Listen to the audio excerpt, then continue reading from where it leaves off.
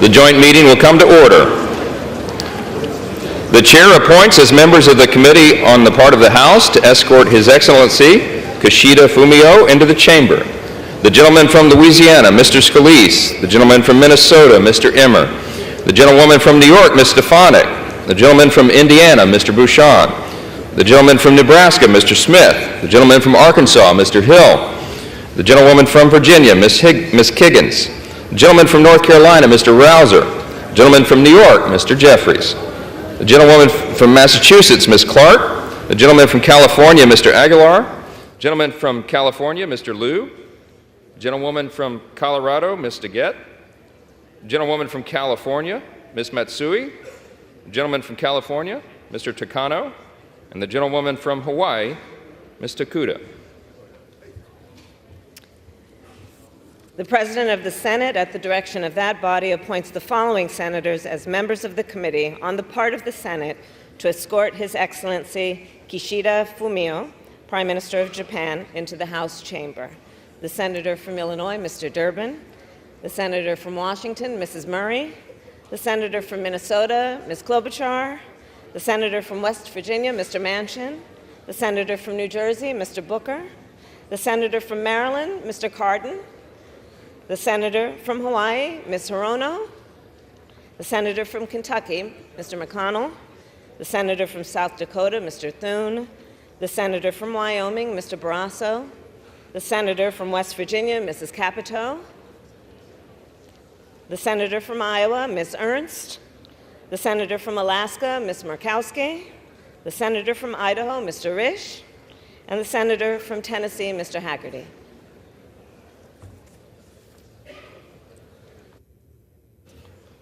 Members of the escort committee have exited the chamber through the lobby doors.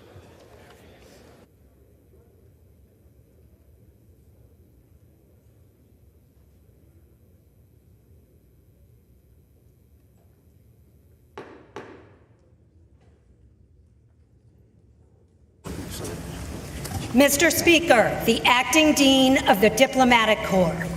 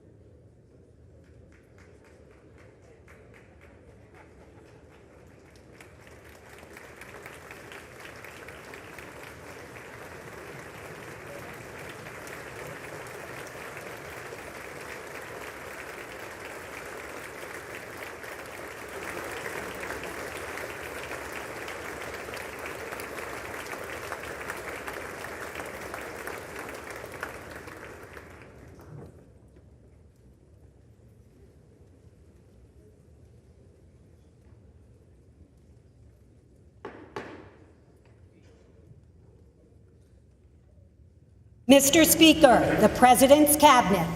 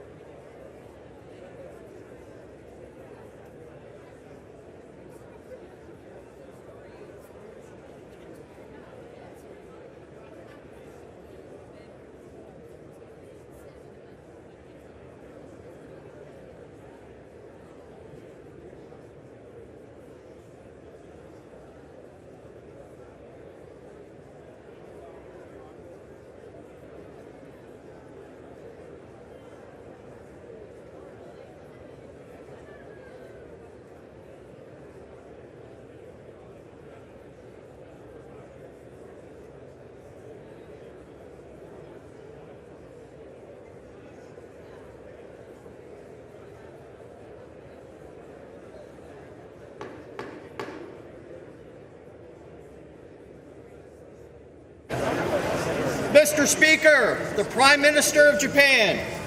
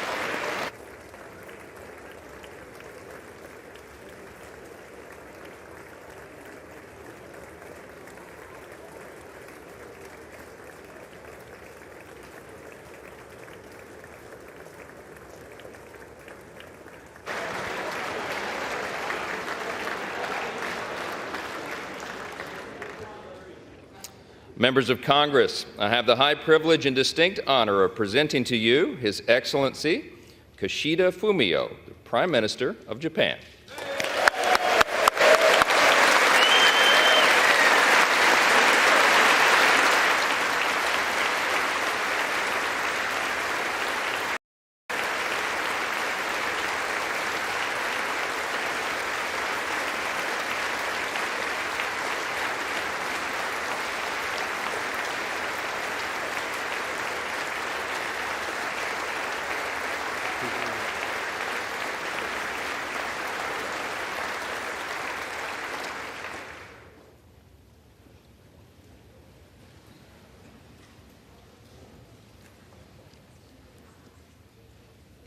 Mr. Speaker, Madam Vice President, honorable members of the United States Congress, distinguished guests, ladies and gentlemen. Thank you. I never get such nice applause from the Japanese Diet.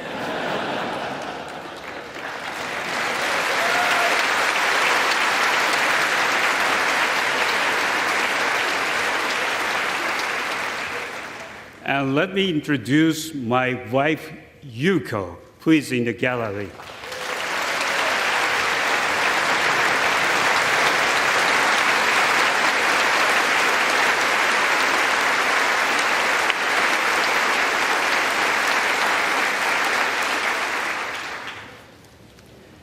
The fact that I married Yuko should give you great confidence in all my decisions.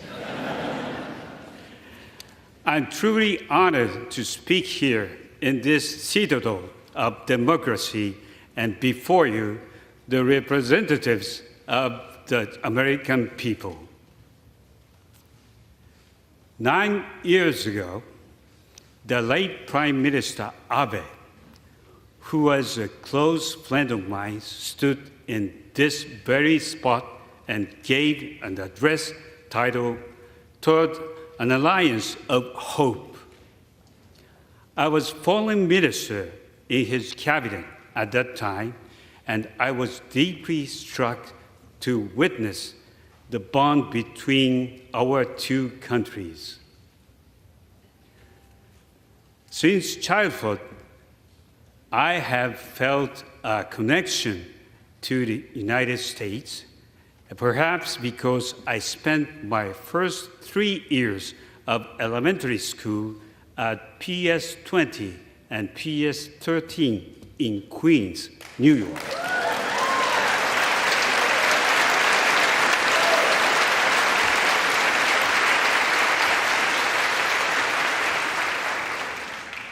Even though I was the only Japanese student there, my classmates kindly accepted me and helped me immerse myself in a new culture. We arrived in the fall of 1963, and for several years, my family lived like Americans. My father would take the subway to Manhattan, where he worked as a trade official. We rooted for the Mets and the Yankees and ate hot dogs at the Coney Island. On vacation, we would go Niagara Falls or here to Washington, D.C.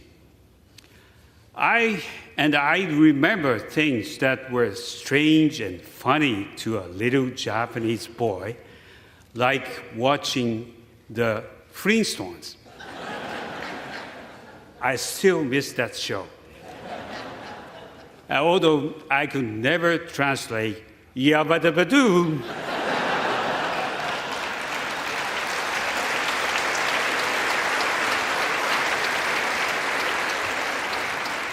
After 60 years, I have a message for the good people of Queens. Thank you for making my family and me feel so welcome. I have never forgotten it.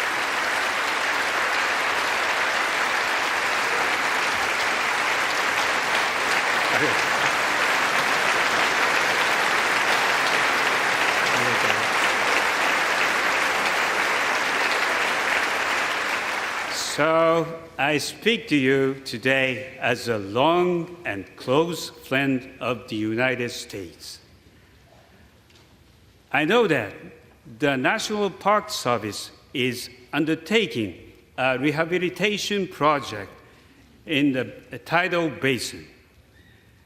As a gesture of friendship, Japan will provide 250 cherry trees that will be planted there in anticipation of the 50th anniversary of your independence.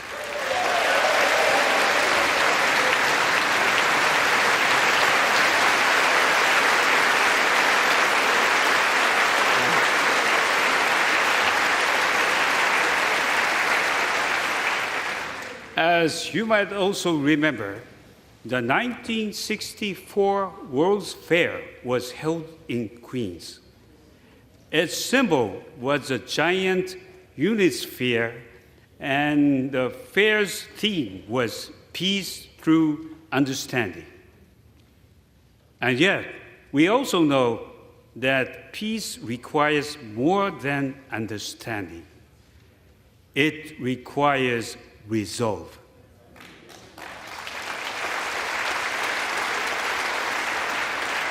The U.S. shaped the international order in the post-war world through economic, diplomatic, and military, and technological power.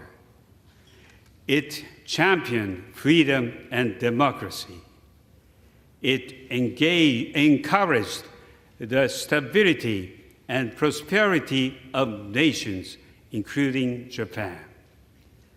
And when necessary, it made noble sacrifices to fulfill its commitment to a better world.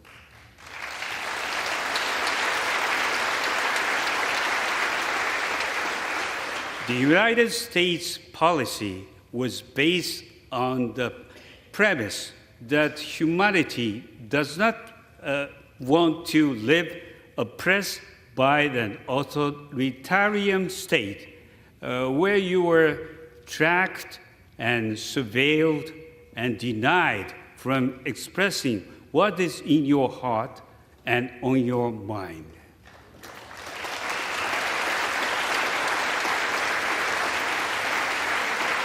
You believe that freedom is the oxygen of humanity. The world needs the United States to continue playing this pivotal role in the affairs of nations. And yet, as we meet here today, I detect an undercurrent of self-doubt among some Americans about what your role in the world should be.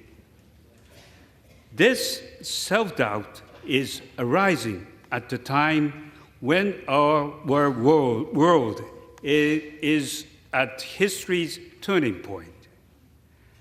The post-Cold War era is already behind us, and we are now at inflection point that will define the next stage of human history. The international order that the U.S. worked for generations to build is facing new challenges. Challenges from those with values and principles very different from ours. Freedom and democracy are currently under threat around the globe. Climate change has caused natural disasters, poverty, and displacement on the global scale. In COVID-19 pandemic, all humanity suffered. Rapid advances in AI technology have resulted in a battle over the soul of AI that is raging between its promise and its perils. The balance of economic power is shifting. The Global South plays a greater role in responding to challenges and opportunities and calls for a larger voice. Turning to Japan's own neighborhood, China's current external stance and military actions present unprecedented and the greatest strategic challenge, not only to the peace and security of Japan, but to the peace and stability of international community at large. While such a challenge from China continues, our commitment to upholding a free and open international order based on the rule of law, as well as peace, will continue to be defining agenda going forward.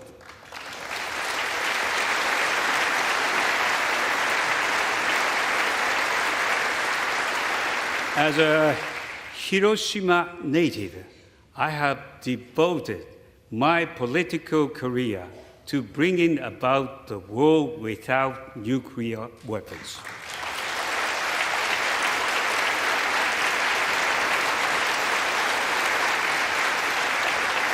For years, I have worked to revitalize the Non-Proliferation Treaty regime so that we can gain momentum in pursuit of the aspiration. But there exists an imminent danger of nuclear weapons proliferation in East Asia. North Korea's nuclear and missile program is a direct threat.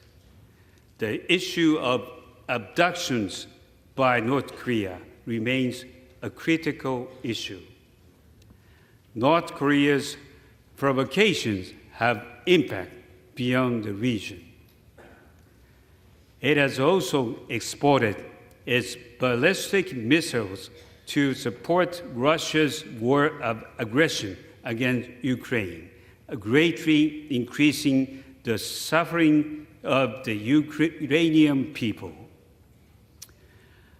Russia's unprovoked, unjust, and brutal war of aggression against Ukraine has entered its third year. As I often say, Ukraine of today may be East Asia of tomorrow.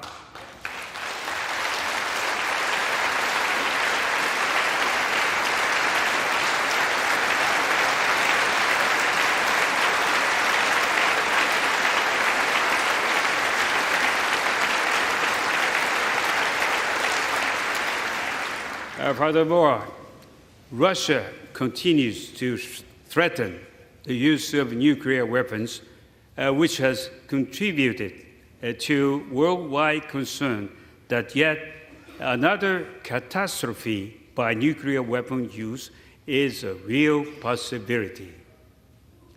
In this reality, close coordination between Japan and the US is required more than ever to ensure that the deterrence our alliance provides remains credible and resilient.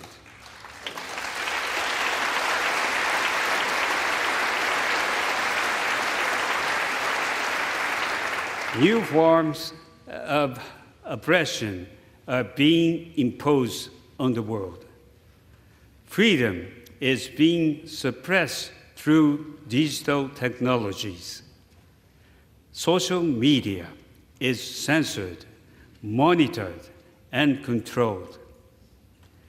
There are growing cases of economic coercion and so-called debt trap diplomacy, whereby the economic dependency of nations is exploited and weaponized. Facing such rapidly changing pressures, how do we continue to safeguard our common values? I want to address those Americans who feel the loneliness and exhaustion of being the country that has upheld the international order almost single-handedly. I understand it is a heavy burden to carry such hopes on your shoulders. Although the world looks to your leadership, the U.S. should not be expected to do it all unaided and on your own.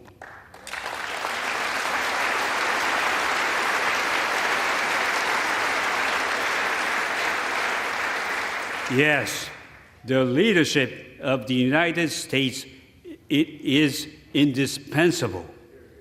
Without U.S.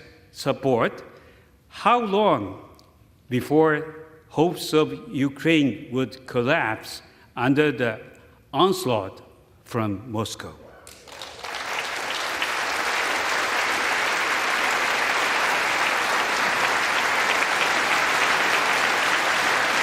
Without the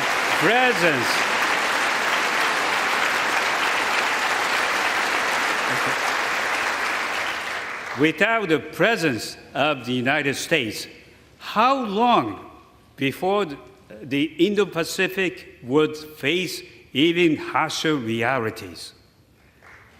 Ladies and gentlemen, as the United States' closest friend, tomodachi, the people of Japan are with you side by side to assure the survival of liberty.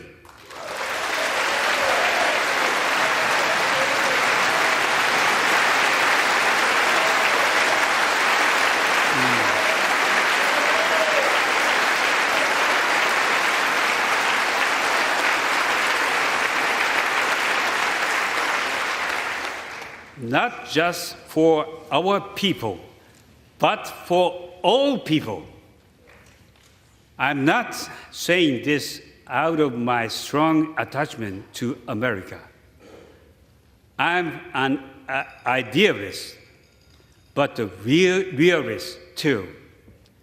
The defense of freedom, democracy, and the rule of law is the national interest of Japan. The Japanese people are fully committed to these values.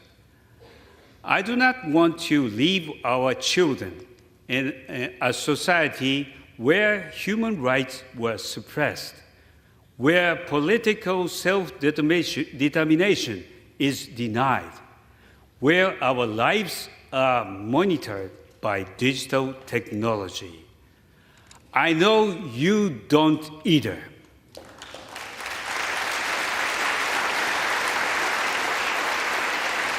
Upholding these values is both a cause and a benefit for our two countries, as well as for the generations to come across the world.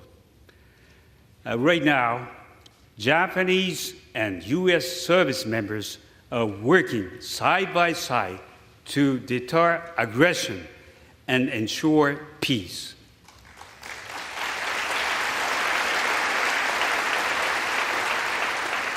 I admire them, I thank them, and I know I speak for all of us when I say they have the gratitude of both our nations.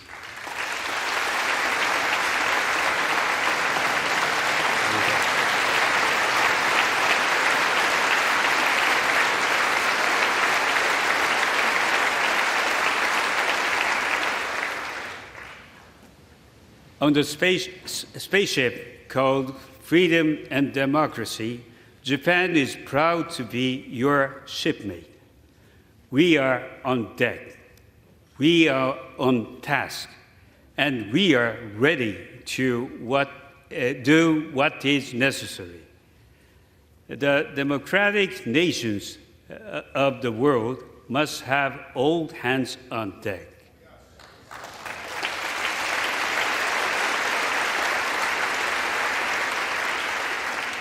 I'm here to say that Japan is already standing shoulder to shoulder with the United States.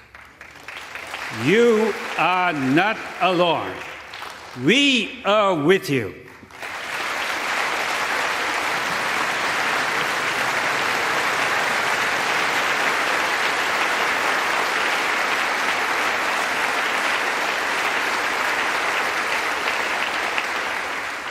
Japan has changed over the years. We have transformed ourselves from a reticent ally, recovering from the devastation of World War II, to a strong, committed ally looking outward to the world. Japan has transformed its national security strategy. Uncertainty about the future stability of the Indo-Pacific region caused us to change our policies and our very mindset. I myself have stood at the forefront in making our bilateral alliance even stronger.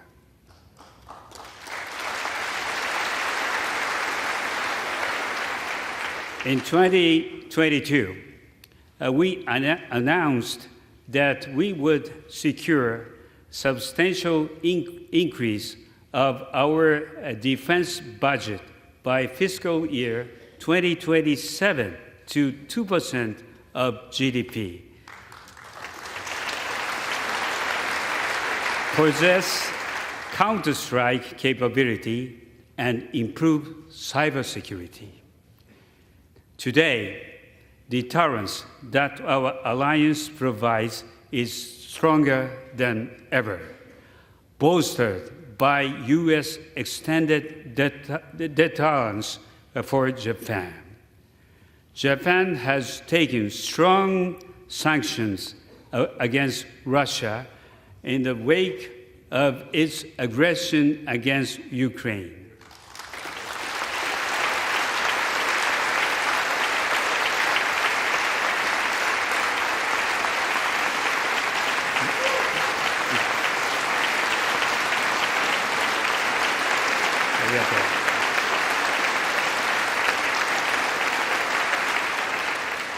We have announced over $12 billion in aid to Ukraine, including anti-drone detection systems. This is a part of NATO's aid package. And yes, we are even working with NATO on the other side of the world from us.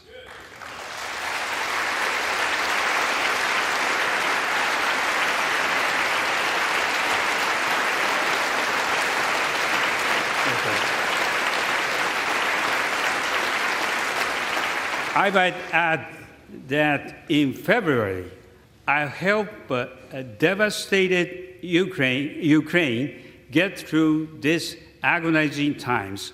I hosted the Conference for Ukraine's Economic Growth and Reconstruction. Japan will continue to stand with Ukraine.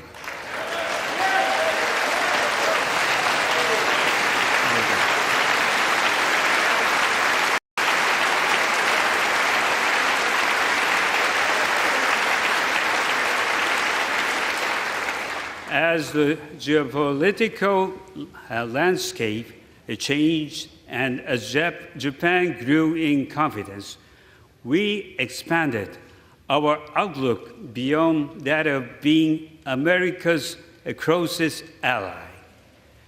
We first became a regional partner of the United States, and now we have become your global partner. Never has our relationship been so close, our vision and approach so united.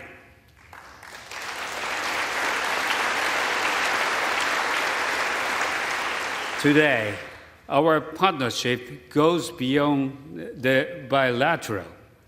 Examples include trilateral and quadrilateral cooperation among the US, Japan, the Republic of Korea, Australia, India, and the Philippines, as well as cooperation through the G7 and with ASEAN. Three leaders of the US, the Republic of Korea, and Japan convened at Camp Davis last summer to inaugurate a new era of our partnership.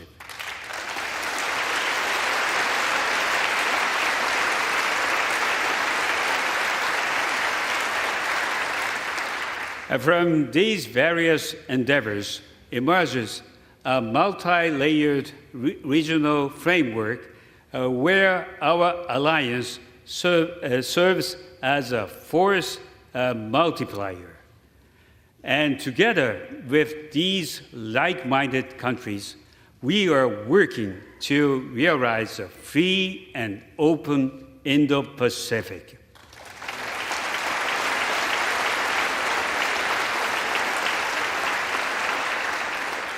Here in this chamber, we should have strong bipartisan support for these efforts.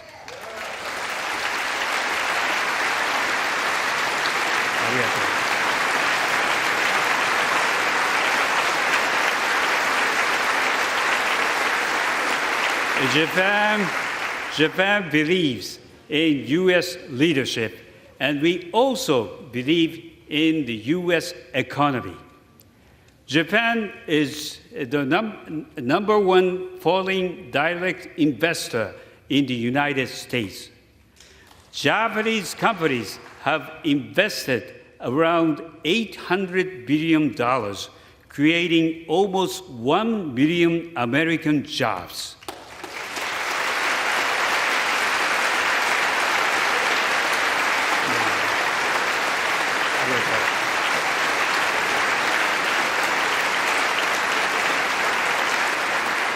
These are good jobs, with 500,000 jobs in manufacturing sector alone. At home, I'm embarking on a set of initiatives called a new form of capitalism to drive the Japanese economy. The public and private sectors are joining hands to transform the social challenges we face into engines of growth. Wage increases, capital investment, stock prices all have attained levels not seen for 30 years. The Japanese economy is now making strides by capitalizing on these unprecedented and major changes. A growth-oriented Japanese economy should also spur even greater investment in the United States.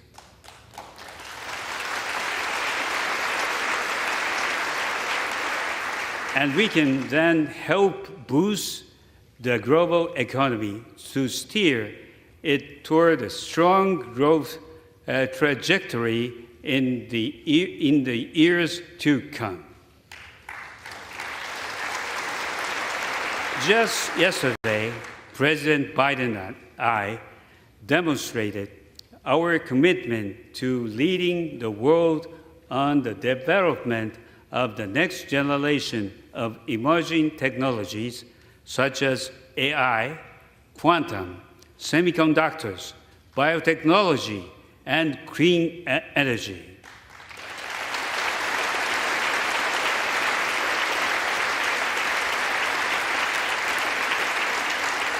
And the scope of our bilateral cooperation expands to space as well, illuminating our path toward a brighter and more hopeful tomorrow. The TV broadcast of Apollo 11's lunar landing of 1969 is still seared into my memory. Japan's lunar lander mission in January achieved the first pinpoint landing in history.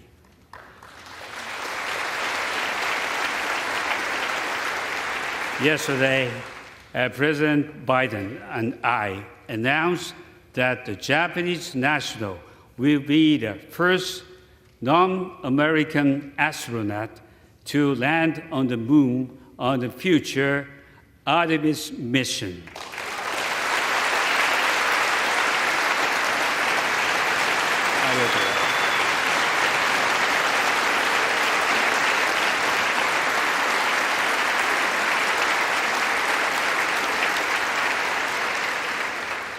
And we have two astronauts with us today. Would Mr. Hoshide and Mr. Tani please stand?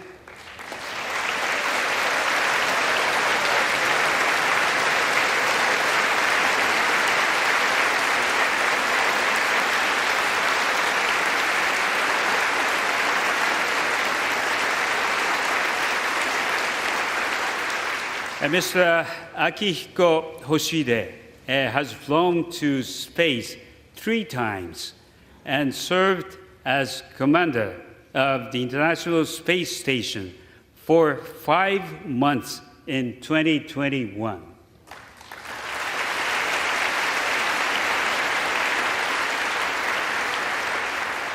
And next to him is Mr. Daniel Tani.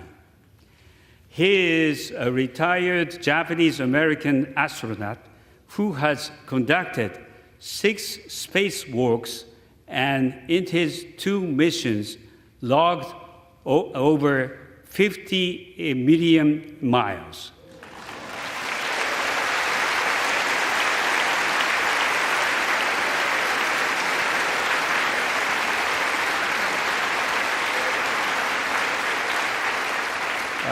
Which is a lot of frequent flyer points.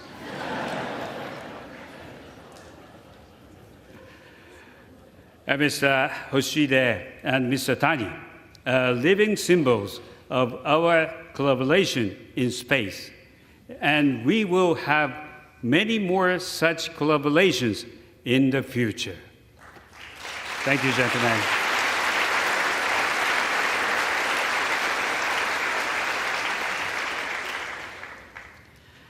Let me close with this final thought.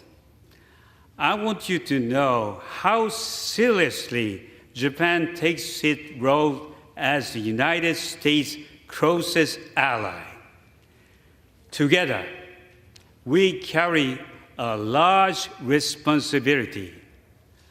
I believe that we are essential to peace, vital to freedom, and fundamental to prosperity. Bonded by our belief, I pledge to you Japan's firm alliance and enduring friendship.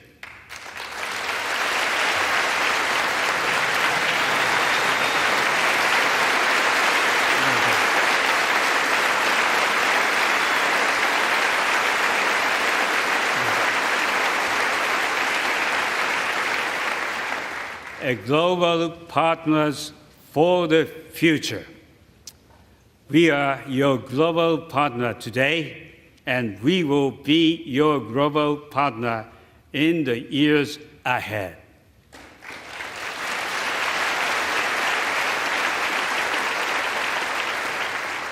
Thank you for inviting me. Thank you for your hospitality. And thank you for the role you play in the world. ありがとう。